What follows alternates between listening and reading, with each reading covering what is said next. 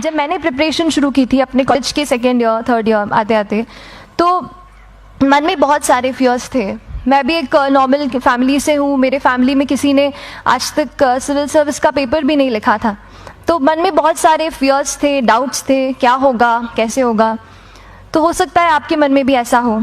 और हम जैसे यहाँ रहते हैं, हम सोचते हैं कि दिल्ली जाना तो सबसे ज़रूरी है, उसके बिना तो ये एग्ज़ाम हो ही नहीं सकती।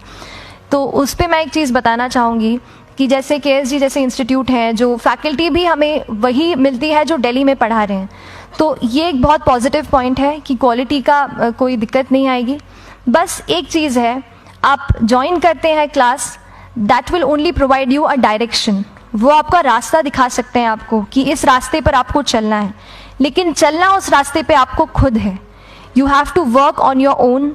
कभी ये मत सोचे कि मैं वहाँ नहीं जा पा रही हूँ तो नहीं हो सकता, यहाँ है, तो हम एक्सक्यूज़ेस बनाते हैं। कई बार चैलेंजेस आते हैं। तो मैंने कॉलेज के साथ प्रिपरेशन की, तो उसमें भी काफ़ी दिक्कत आती थी। कभी कभार कॉलेज की एग्ज़ाम होती थी, तो इसमें मैं अपना उतना वक्त नहीं दे पाती थी। तो उस मोमेंट पे फिर प्लानिंग ने मुझे बहुत हेल्प किया कि हम किस तरीके से अपने कॉलेज के एग्ज़ाम के लिए प्लान कर लें।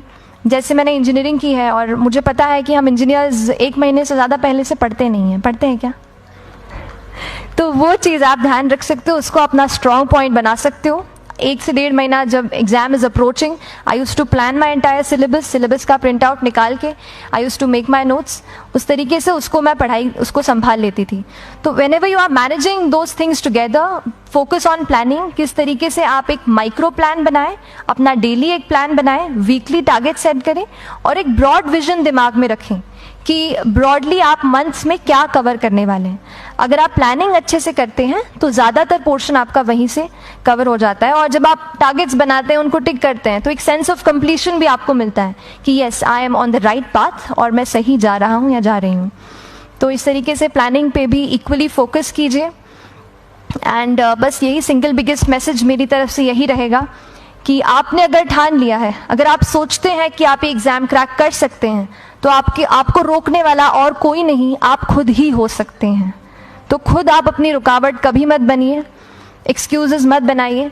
ऑब्स्टिकल ज़रूर आएंगे, उन्हें आपको चैलेंज करना है। Challenges are meant to be challenged. तो सही तरीके से अपने ऑब्स्टिकल्स को हैंडल कीजिए।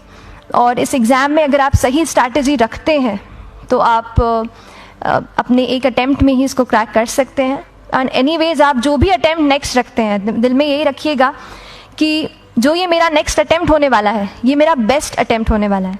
कभी भी इस एग्ज़ाम को हाफ हार्टेडली मत दीजिए कि चलो दे के देखता हूँ कैसा है पैटर्न का एग्ज़ाम का। अगर एग्ज़ाम का पैटर्न देखना है ना, तो घर पे 3 घंटा टाइम लगा के एग्ज़ाम दे दो। बस केवल पैटर्न देखने के लिए एग्ज़ाम अटैम्प्ट मत कीजिए। जब आप एग्जामिनेशन हॉल में जा रहे हैं या कोई अटैम्प्ट आपने सेट किया है, तो अपना सब कुछ उस एग्ज़ाम को दीजिए। अपना टाइम, एनर्जी, फोकस, जितना भी करेक्ट आप उसमें पॉजिटिविटी डाल सकते हैं उसको दीजिए। एंड पूरी तैयारी के साथ ही इस पेपर को दीजिए। And I am sure that you will succeed. So till then, all the very best to you and good luck. Thank you so much.